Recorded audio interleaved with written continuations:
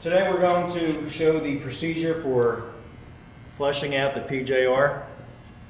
This is also a service that Panther can provide should it be necessary for the customer. These come with each unit. They can be used either for the bag in a box or for flushing.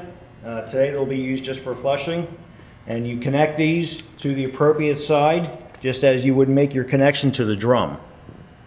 It's just a male-female cam lock, same fittings. You're going to put them down into the appropriate container. Now these two over here, the one with the number 1 is the neutralizer, and that is used for stopping the A side, which is isocyanate, from crystallizing. That will get put through first. Now when you're flushing it out, you can look at the end of the gun when the material is coming out, and you'll see the A side go from dark to light. When it clears up, that means that the neutralizer is now coming out the end of your gun. You could stop at that point. You're going to take your hose out of that and put it into the second container, which is the CU6, and that is used to flush out the neutralizer from the system. The third thing to use, and the last, is the Dynaloop. That will flush out the CU6, and that can be left inside for long-term storage. The B side can be done at the same time as the A side. So these are in containers. You make sure your valves are open, and we're going to flush.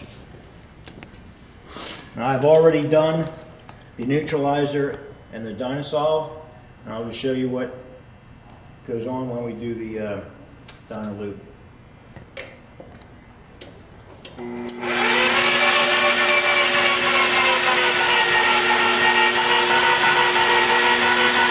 As you can see, we have material coming out of both sides.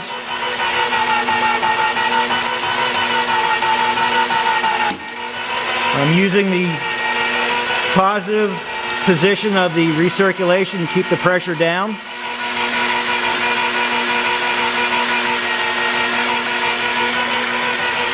I'm going to stop. I'm going to turn my pressure down. I'm going to bleed off the pressure that's in the lines. And then what I want to do is I want to flush my recirculation lines.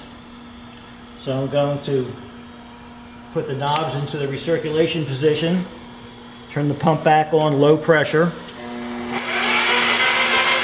And as you can see, material's coming out of those.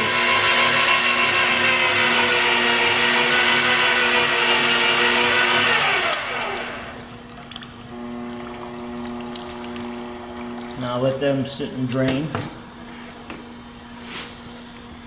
The pump lube can stay in overnight, long-term storage, anything that is necessary.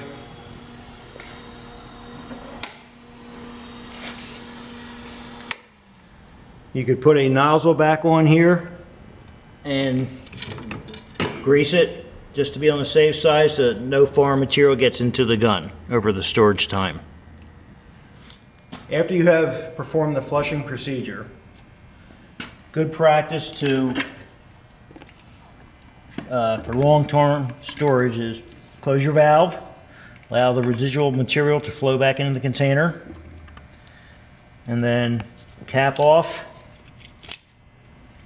the hose to ensure that nothing is going to get in there while it's sitting up on the shelf or wrapped up. And then I would do the same on the other side with the plug. Something else I would do that is a recommendation, not necessarily a must. On another video, you can drop this Y strainer assembly right here. You loosen this up, take this off, visually inspect the packings and the balls inside your pump just to make sure that they're going to be ready to go for the following year.